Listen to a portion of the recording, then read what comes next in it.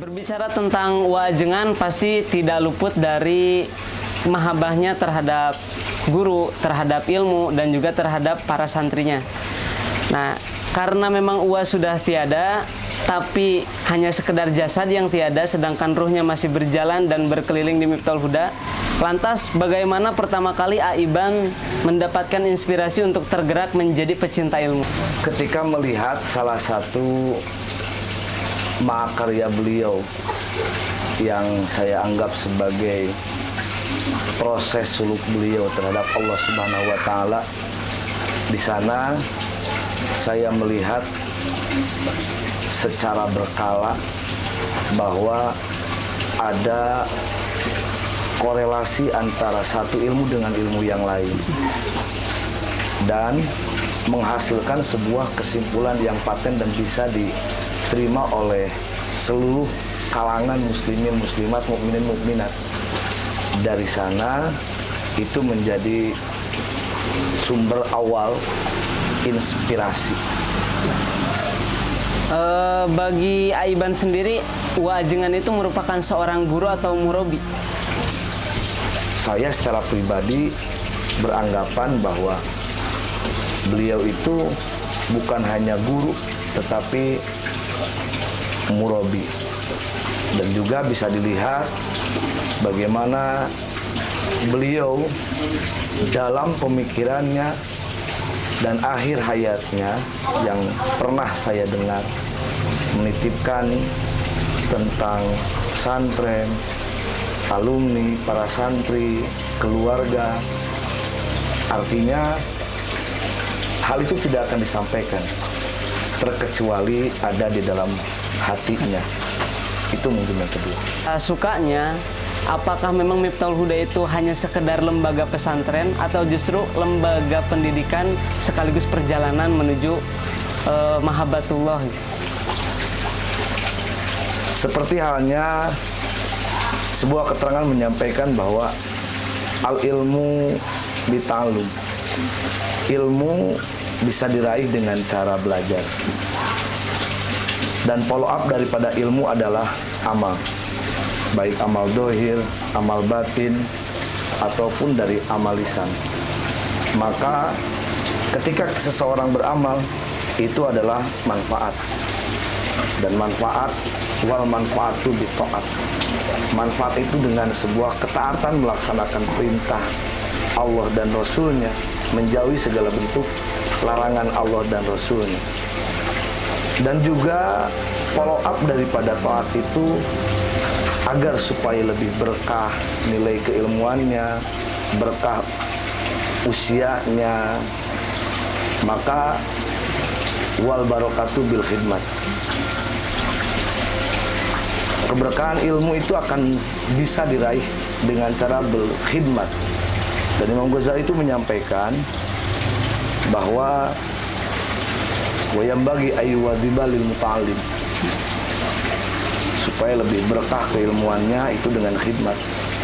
Dan kekhidmatan itu akan menjadi pengantar akan sebuah nilai-nilai karomah, wal karomatu bil istiqomah, sebagaimana yang disampaikan dalam kajian-kajian fikih, wal istiqomatu ainul karomah. Itu mungkin keempat elemen tersebut itu ada di lembaga pondok pesantren Miftahul Huda dengan sistem yang dibuat oleh ijtihad Waajengan.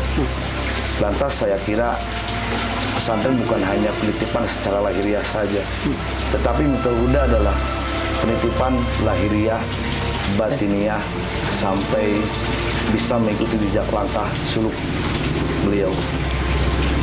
Lantas apakah ini salah satu upaya Uwa dalam menghidupkan kecintaannya terhadap ilmu itu disebarkan kepada masyarakat, terkhususnya kepada santri, kepada duriyah dan segala macamnya, atau memang ini hanya sekedar pendidikan saja gitu?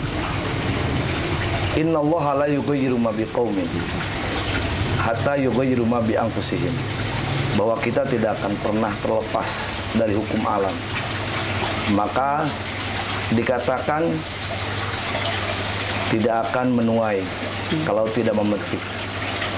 Dan apa yang dilakukan oleh Uwajengan adalah menuai dari apa yang beliau telah petik. Artinya bahwa sesungguhnya litawalib arba'atu manfaatin. Manfaatun linafsi, wa manfaatun linnasal, wa manfaatun lil aqaribi wal jiran, wa manfaatun lidinil haq. Uwajengan ini dalam kacamata saya secara pribadi itu sudah sampai pada manfaatun lidinil haq, sehingga banyak dari majelis ataupun dari pesantren-pesantren di Nusantara ini yang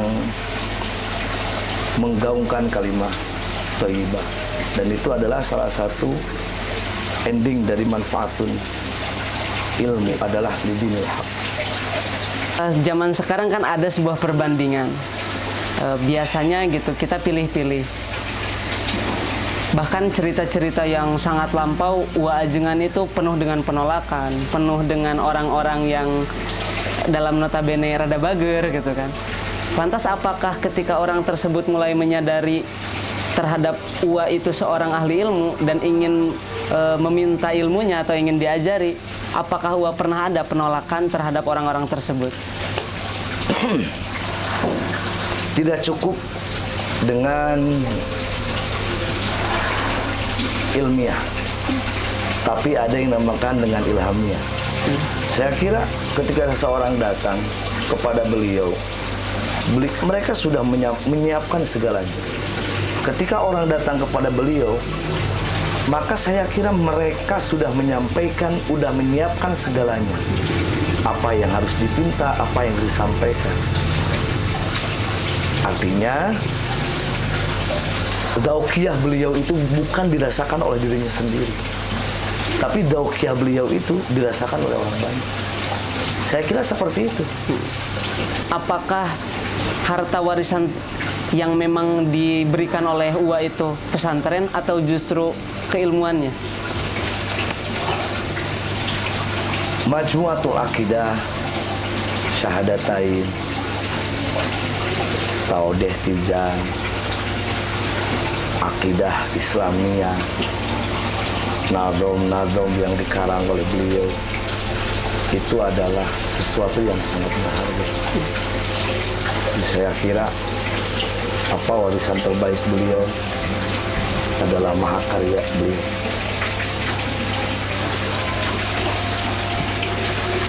Apa itu kalimah thayyibah secara general? An-nahwu abul ilmi wa sarfu ummuha. Ilmu nahwu adalah ayah dari ilmu, dan ilmu sorof adalah ibu daripada ilmu. Keduanya adalah alat untuk bagaimana bisa mengeksplor Al-Quran dan Al-Hadis secara eksplisit. Seperti halnya kalau tidak berlebihan, bagaimana kita bisa sampai menjadi orang yang baik, sampai kepada Tuhannya, merasakan tentang wajibul wujud di Allah, itu tentunya harus menggunakan alat, dan alat tersebut adalah kalimat thayyibah. Dengan penafsiran beliau, kalimat thayyibah bisa masuk dalam seluruh kalangan. Imam Ghazali menyampaikan pekerjaan orang mukmin itu ada 6. Pertama, muta'alim, mu'alim, abid, umar, mutasib, muwahhid bi ahadis somad. Semuanya masuk. Seluruh kalangan itu masuk. Artinya betapa hebat dan luar biasanya beliau bisa membuat dan menjabarkan la ilaha illallah untuk bisa dikonsumsi secara luas dan sesuai tingkatan klasifikasi keimanan orang-orang yang beriman, khususnya insan-insan tauhid. Nah, dalam penataan hidmah, kadang ada yang menyalahgunakan kalimat hidmah. Kadang kita hidmah karena ada udang di balik batu, supaya kita bisa menjaga kemurnian tersebut untuk jadi wasilah mahabbatullah gitu. Peka terhadap kekurangan dalam diri. Ketika kita tidak peka terhadap kecerdasan kita, potensi terbaik kita, maka jangan pernah tidak peka terhadap kebodohan kita. Ketika kita tidak peka terhadap kebodohan kita, maka itu bahaya.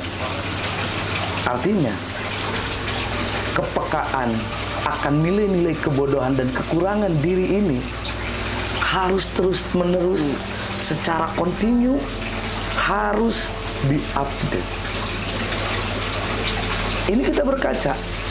Saya mendengar dari orang tua, guru-guru, dewan sepuh di Pondok Pesantren Telhuda bahwa setiap Qiyamul Lail wajengan setelah sholat itu membuka kitab, mutolaah. Jangan pernah merasakan bahwa dengan menyampaikan ilmu kita sudah berilmu, bukan. Kenapa? Karena yang saya pahami adalah al-ilmu laisa bikasrati riwayat. Ilmu itu bukan seberapa banyak nasihat tersampaikan, bukan. Tetapi walakin nurun yakdifu fil qalbi. Ilmu itu adalah cahaya yang menerangi dari hati, yang menerangi seluruh organ tubuh. Ketika tangan ini penuh dengan cahaya keimanan, cahaya ilmu, cahaya keislaman, apakah tangan ini berani untuk berbuat dosa? Kuncinya adalah jangan pernah merasa kurang dalam ilmu. Jangan pernah qanaat dengan ilmu. Sekelas dan sekaliber wajengan. Setiap subuh, qabla subuh, beliau Qiyamul Lail dengan mutolaah ilmu. Lantas kita siapa? Hitung. Miftahul Huda adalah sebuah kelembagaan di mana ta'limul muta'alim menjadi konsep utama. Amal pun menjadi pendamping yang beriringan dengan ta'limul muta'alim. Kita bisa lihat bagaimana seseorang dengan manajemen yang ada, dengan sistem yang ada, masuk kelas. Anak-anak itu jam 9 serentak masuk masjid. Meskipun belum ada pengumuman, sulit itu. Kemudian setengah 10 pagi anak-anak serentak masuk ke asrama. Banyak dari mereka yang secara otomatis membuka kitab untuk bermudzakarah. Anak-anak pun tanpa dipinta, secara otomatis mencatat apa yang seharusnya dicatat. Ini adalah sebuah lembaga bukan hanya ta'limul muta'alim, tapi ta'limul muta'alim yang beriringan dengan konsep amal. Ada tahajud bersama. Banyak dari kalangan anak-anak yang ketika dibangunkan tanpa disuruh, mereka langsung ke WC untuk ngambil wudhu. Mereka mempersiapkan diri untuk bermunajat kepada Allah. Banyak. Yang duha tidak harus dipinta, banyak. Secara normal hal itu sulit dilakukan. Iya. Apalagi kalau bukan karomah dan keberkahan daripada beliau. Jadi hasil Miftahul Huda bagi saya secara pribadi adalah segalanya, dari mulai menuntut ilmu, berupaya untuk amal, keduanya menjadi suluk yang mengantarkan kepada jalan kecintaan kepada Allah Subhanahu wa taala.